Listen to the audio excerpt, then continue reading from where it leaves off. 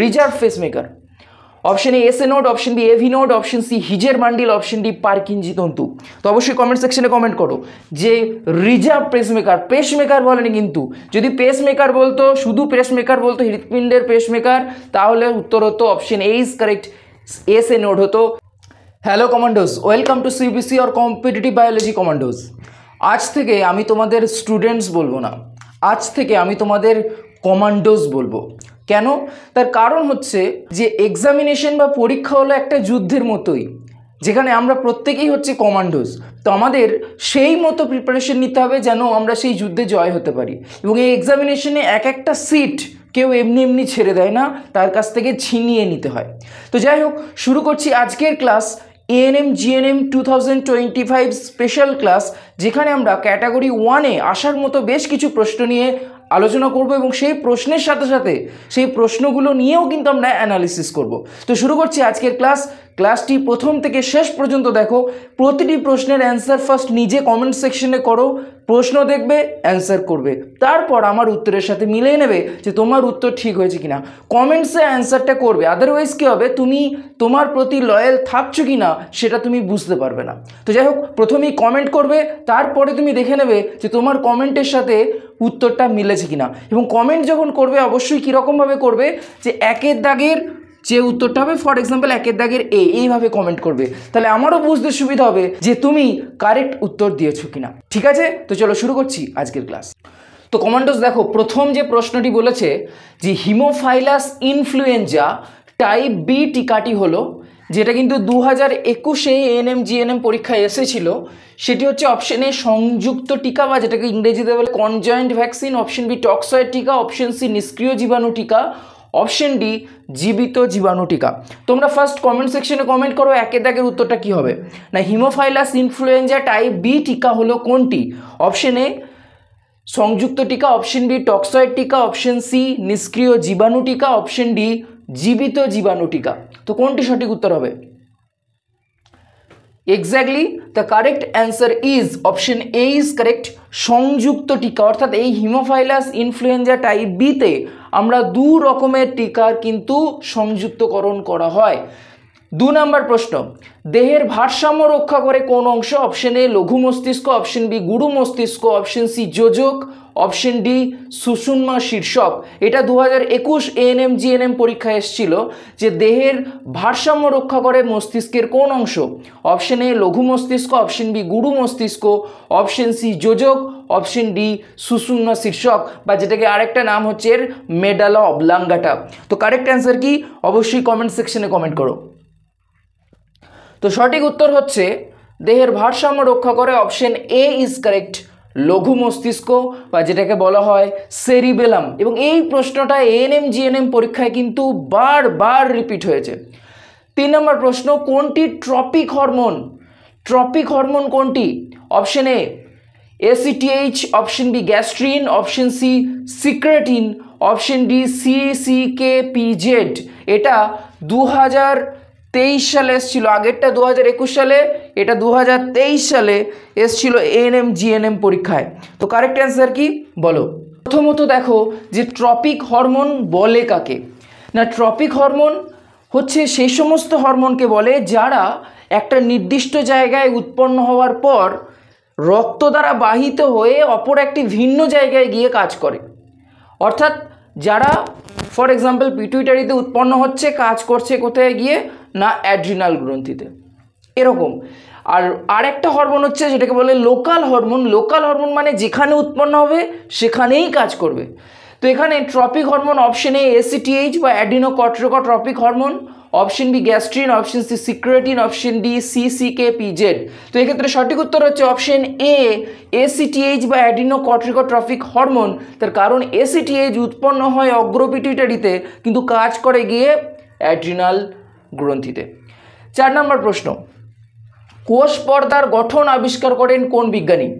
Option A Schleiden ও Schwann, option B Gorter ও Grendel, option C Singer ও Nicolson, option D Nageli ও Kremer.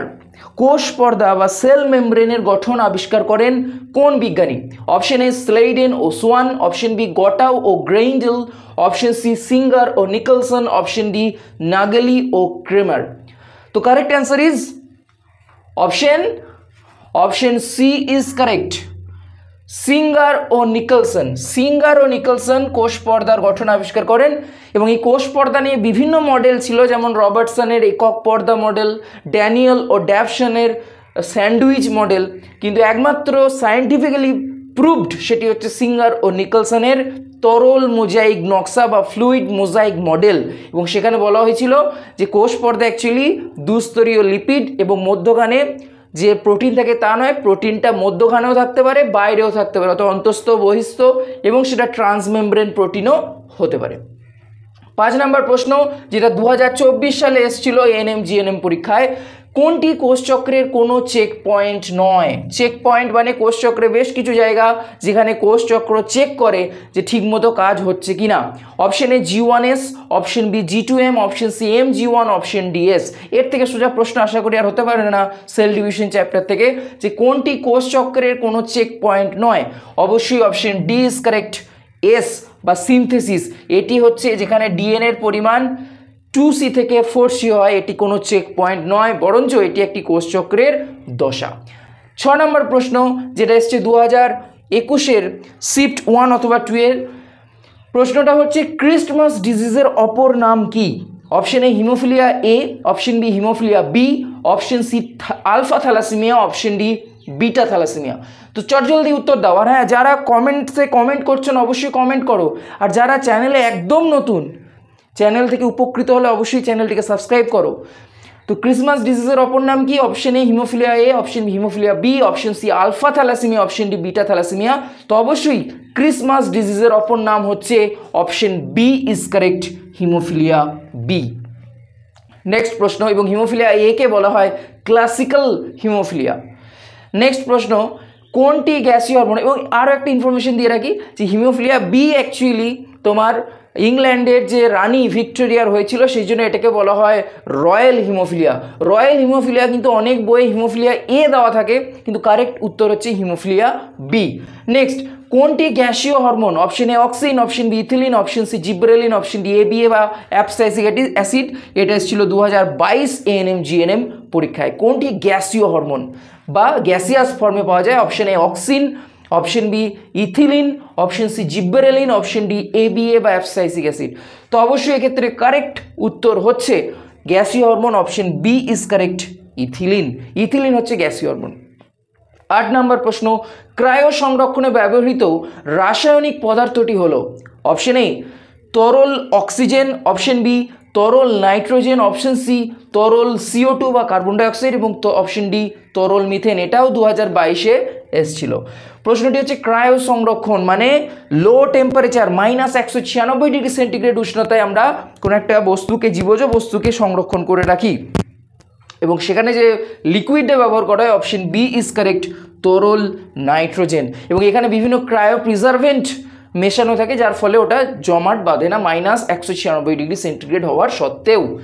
Next প্রশ্ন, যেটা 2021-এ এসেছিল, সেটি হচ্ছে যে রিজার্ভ পেসমেকারটি হলো reserve pacemaker. Option A SA node, option B AV node, option C হিজের মান্ডিল, অপশন ডি পারকিনজি তন্তু। তো অবশ্যই কমেন্ট সেকশনে কমেন্ট করো যে রিজার্ভ পেসমেকার বলেনি, কিন্তু যদি পেসমেকার বলতো, শুধু পেসমেকার বলতো, হৃৎপিণ্ডের পেসমেকার, তাহলে উত্তর হতো option A is correct, SA node হতো সাইনোঅ্যাট্রিয়াল নোড। কিন্তু প্রশ্নটি বলেছে রিজার্ভ মানে যেটা পেসমেকার হিসেবে কাজ করে না, কিন্তু কোনো কারণে যদি এসএ নোড ক্ষতিগ্রস্ত হয় তখন কাজ করে, option B is correct, AV node. Next প্রশ্ন, 10 নম্বর প্রশ্ন, আমাদের শরীরের কোন যৌগটি ফ্যাটে দ্রব্য? এবং এটা এসেছিল 2024 এই বছরই এএনএম-জিএনএম পরীক্ষায়। আমাদের শরীরের কোন যৌগটি ফ্যাটে দ্রাব্য? Option A tocopherol, option B thiamine, option C niacin, option D riboflavin. তো আমাদের শরীরে কোন যৌগটি ফ্যাটে দ্রাব্য? আমরা জানি ভিটামিন 2 রকমের হয়, ফ্যাটে দ্রাব্য আর হচ্ছে জলে দ্রাব্য।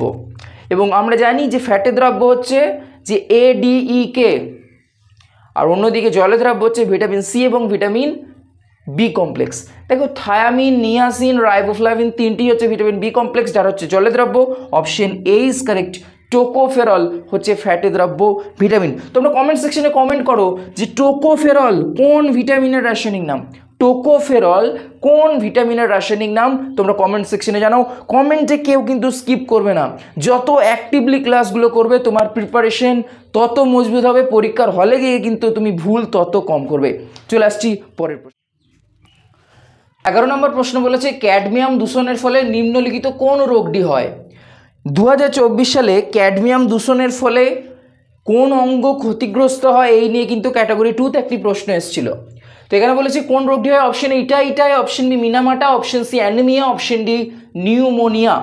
তো ক্যাডমিয়াম দূষণের ফলে যে রোগটি হয় option A is correct. Itai রোগটি হয় ক্যাডমিয়াম দূষণের ফলে। 12 নম্বর প্রশ্ন মাইটোসিস শব্দটি প্রবর্তন করেন কোন বিজ্ঞানী। Option A Blackman, option B এবং হ্যাঁ অপশন বি যেটা মিনামাটা আছে এটা পারদ দূষণের ফলে হয়। মাইটোসিস শব্দটি প্রবর্তন করেন option A Blackman, option B J B. Farmer, option C A Flemming, option D J F. Anderson. তো যাই হোক মাইটোসিস শব্দটি প্রবর্তন করেন Walter Flemming. Option A is correct. এটা এ হবে না, এটা হবে W. Walter Flemming, Alexander Fleming নয় কিন্তু। 13 দাগের প্রশ্ন সার্টলি কোষ থেকে শুক্রাণুর অপসারণকে বলে। এই তো এই প্রশ্নটা ভালো করে বোঝার জন্য আমি অলরেডি একটা ক্লাস করে রেখেছি, সেটার টাইটেল হয়ে আছে দেখবে স্পারমাটোজেনেসিস, যেটা ক্লাস 12 স্ট্যান্ডার্ডে অ্যাকচুয়ালি থাকে।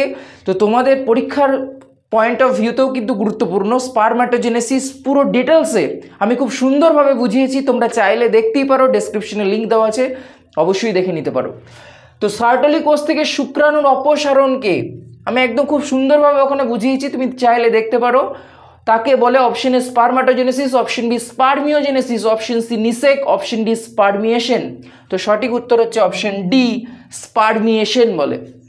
14 নম্বর প্রশ্ন টিসিএ চক্র বলে অপশন এ C4 চক্রকে, অপশন বি C3 চক্রকে, অপশন সি ক্রেবস চক্রকে, অপশন ডি গ্লাইকোলাইসিসকে। দেখো টিসিএ ফুল ফর্ম হচ্ছে ট্রাই কার্বক্সিলিক অ্যাসিড চক্র।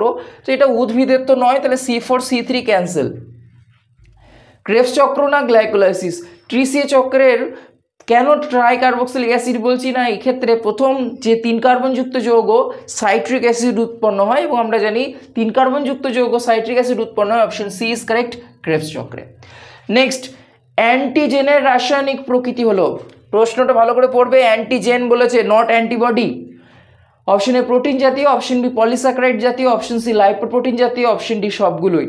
বাচ্চা কি করে খুব দ্রুততার সাথে এটাকে অ্যান্টিজেন মানে পড়ে যে অ্যান্টিবডি হচ্ছে সাধারণত প্রোটিন জাতীয় হয়, প্রোটিন জাতীয়কে টিক মেরে দেয়।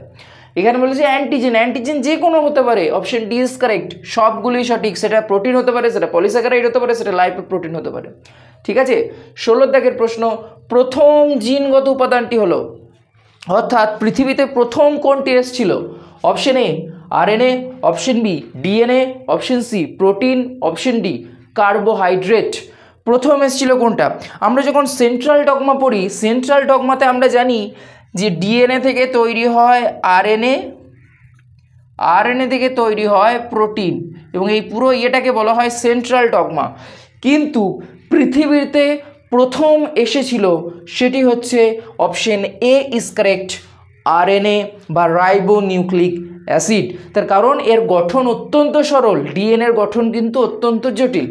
নেক্সট কোন প্রাণীর পৌষ্টিকতন্ত্রে গিজার্ড থাকে। গিজার্ড, ক্রপ ও গ্রিজার্ড কোন প্রাণীর পৌষ্টিকতন্ত্রে থাকে। অপশন এ মানুষ, অপশন বি কুকুর, অপশন সি পায়রা, অপশন ডি কোনোটি নয়। তো কোন প্রাণীর পৌষ্টিকতন্ত্রে গিজার্ড থাকে। তো অবশ্যই যাদের পাকস্থলী থাকে না তাদের ক্রপ ও গিজার্ড থাকে। তো মানুষের তো পাকস্থলী রয়েছে, কুকুরের পাকস্থলী রয়েছে। Option C is correct. পায়রা অর্থাৎ পাখিদের ক্ষেত্রে আমরা দেখতে পাই পায়রা তার দেহ ওজন কমাবার জন্য তাদের কিন্তু পাকস্থলী থাকে না, পরিবর্তে ক্রপ ও গিজার্ড থাকে।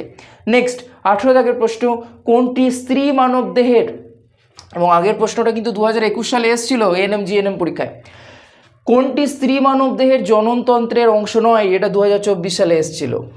যে কোনটি স্ত্রী মানবদেহের জননতন্ত্রের অংশ নয়? অপশন এ ডিম্বাশয়, option B vas deferens, option C জরায়ু, অপশন ডি ফ্যালোপিয়ান টিউব। তো অত্যন্ত সোজা প্রশ্ন, সঠিক উত্তর হচ্ছে অপশন বি ভাস ডিফারেন্স, যেটা হচ্ছে পুরুষ দেহের জননতন্ত্রের অংশ। 19 দাগের প্রশ্ন, কচুরিপানার স্ফিরাফাইট যুক্ত কোষকে কি বলে? স্ফিরাফাইট যুক্ত কোষকে কি বলে? Option A lithocyst, option B idioblast, option C cystolith, option D digitoxin. Comment সেকশনে কমেন্ট করার দরকার নেই, কারণ আমি উত্তর তো বলিয়ে দেবো এখনই। তোমরা এখনই কমেন্ট সেকশনে প্রতিটা প্রশ্নের, আমি বারবার কি বলছি, প্রশ্ন দেখার সঙ্গে সঙ্গে তোমাকে অ্যান্সার করতে হবে। তাহলে তুমি কমেন্ট করে ফেললে একবার, তুমি আর ঠিক করতে পারবে না। তাহলে আমি বুঝে যাবো যে তুমি ঠিক করেছিলে ফার্স্ট অ্যান্সার না ভুল করেছিলে। ঠিক আছে, তাহলে স্ফিরাফাইট যুক্ত কোষকে কি বলে?